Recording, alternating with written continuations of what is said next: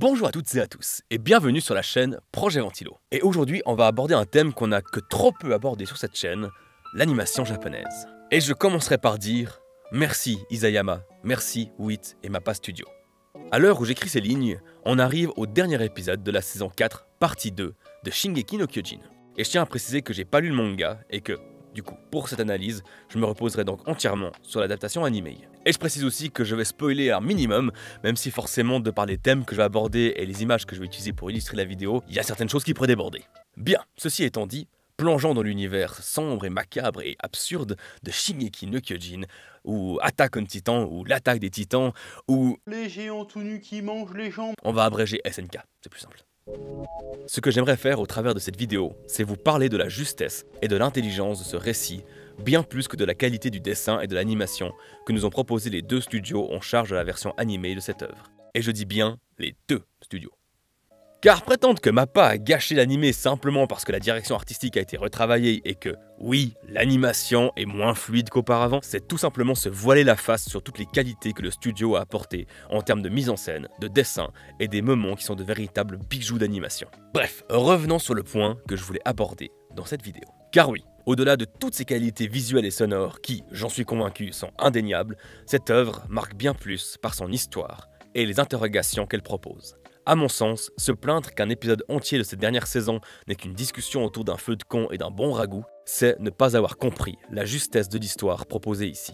Une histoire qui ne tourne pas qu'autour des moments épiques d'action névrosée, à valdinguer à travers les murs d'une cité pour tuer des titans.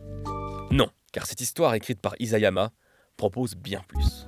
Pourtant, au début, ce récit paraît simpliste, bien que merveilleusement bien appliqué dans sa narration. L'humanité vit enfermée dans des murs et doit survivre face aux titans, ces créatures abominables qui se nourrissent des humains. On suivra donc le parcours d'un héros en quête de liberté et des épreuves qui vont le forger tout au long de celui-ci. Et tout ça, pourtant, c'est pas la véritable histoire de SNK. Commençons déjà par revenir sur un point.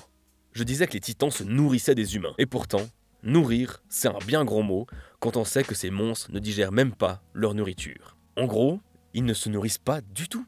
Donc, le danger qui est à la base de ce manga, l'ennemi numéro 1 autour duquel tourne tout le commencement de cette histoire, est parfaitement absurde. Absurde. Voilà le maître mot de cette œuvre. Pas parce qu'elle est absurde, non, parce qu'elle démontre l'absurdité que peuvent révéler certains choix. Mais surtout, l'absurdité des conflits qui mettent en jeu des vies humaines. Car oui, comme d'autres l'ont déjà dit, quand on découvre cette œuvre, on se rend compte petit à petit que ce récit n'est pas celui qu'il semblait être. On vit cette histoire qui, depuis le début, en était en fait une autre. Une histoire qui parle de l'absurdité des choix. Se battre contre un peuple car c'est ce que l'on fait depuis des siècles. Massacrer des gens alors qu'on ne se rappelle même plus pourquoi on le fait. Sauver telle personne plutôt que telle autre car ce serait la chose à faire. Accepter ou non l'héritage qui a fait que l'on existe aujourd'hui et qui fait que d'autres existeront demain. Jusqu'où faudra-t-il aller pour protéger les personnes que l'on aime? Savoir que l'on va mourir, mais offrir sa chance aux autres de découvrir la vérité, celle qui devrait tout justifier. Une vérité pourtant si absurde, car celle-ci n'amènera qu'à une seule question. Comment être libre? Et surtout, qu'est-ce que ça signifie, être libre?